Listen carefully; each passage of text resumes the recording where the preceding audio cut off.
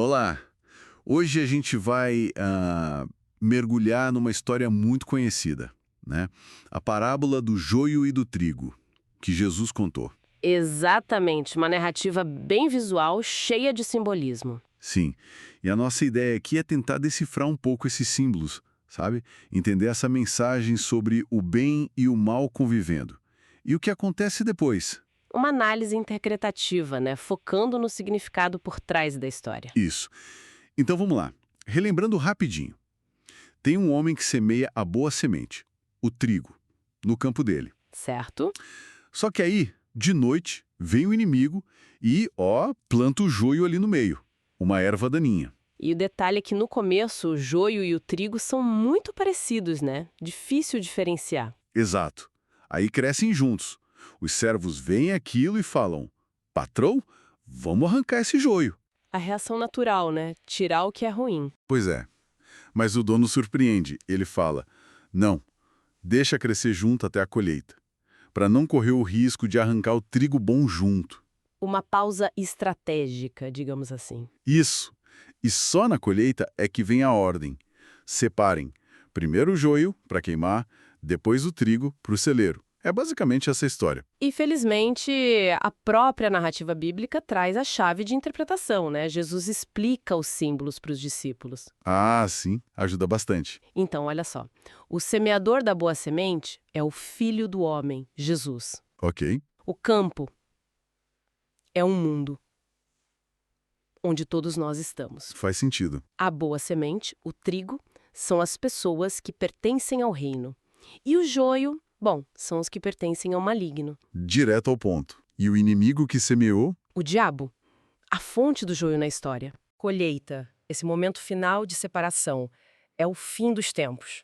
Os ceifeiros que fazem a separação são os anjos. É um mapa bem completo da simbologia, então. Sim, oferece uma leitura bem direta, né?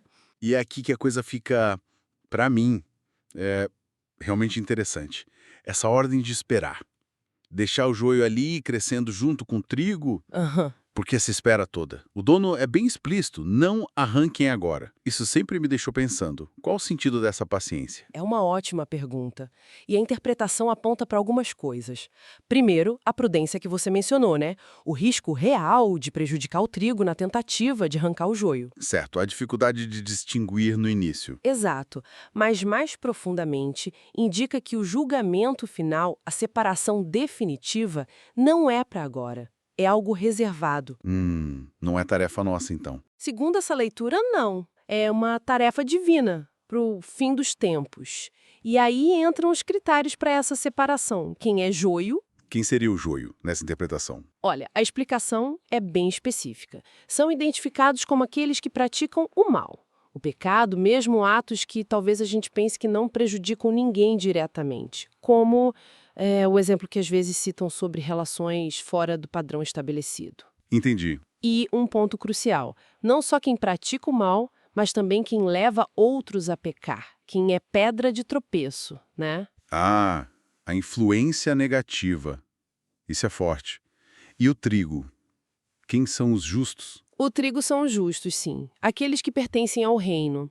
São descritos como, bem, aqueles que buscam viver segundo a palavra de Deus, seguir os mandamentos. A linha divisória é essa, ações e influência, mal versus busca pela justiça. E o destino de cada um? Depois da colheita? Bem pesado, né? Sim, as imagens são fortes. O joio é reunido, amarrado e lançado na fornalha de fogo, onde haverá choro e ranger de dentes. Uma imagem de sofrimento intenso. É uma descrição bem gráfica do resultado final para os que são identificados como joio. E o trigo? Os justos. O destino deles é brilhar como o sol no reino de seu pai. Contraste total. Luz, pertencimento. Exatamente. Um destino de glória e comunhão com Deus. Então, o que a gente tira disso tudo? Qual a mensagem principal que essa interpretação traz? Olha, eu acho que o ponto central é um chamado bem forte à reflexão pessoal, sabe? Onde cada um se encaixa nisso. Em qual grupo, né? Sim, é sobre responsabilidade individual. Nossas ações, nossas escolhas e como elas impactam os outros, tudo isso conta, segundo essa visão. Não é sobre sair julgando quem é joio ou trigo agora. Definitivamente não. A parábola diz para esperar. Exato. Mas é sobre entender que existe uma prestação de contas futura baseada nesses critérios de prática do bem ou do mal e da nossa influência. É um convite a olhar para dentro. Certo. Então, para a gente amarrar as ideias, a parábola mostra essa convivência, né? Do bem e do mal lado a lado aqui no mundo. O trigo e o joio. Sim, essa mistura inevitável na nossa realidade. Aponta para uma separação que vai acontecer, mas só no fim dos tempos, na colheita. E não feita por nós, mas pelos anjos. Um ato divino de discernimento final. E os critérios para essa separação, de acordo com a interpretação que a gente discutiu, são as nossas ações, praticar o mal ou buscar viver segundo Deus, e o efeito que temos sobre os outros. Isso, a prática e a influência. E talvez uma reflexão final que fica.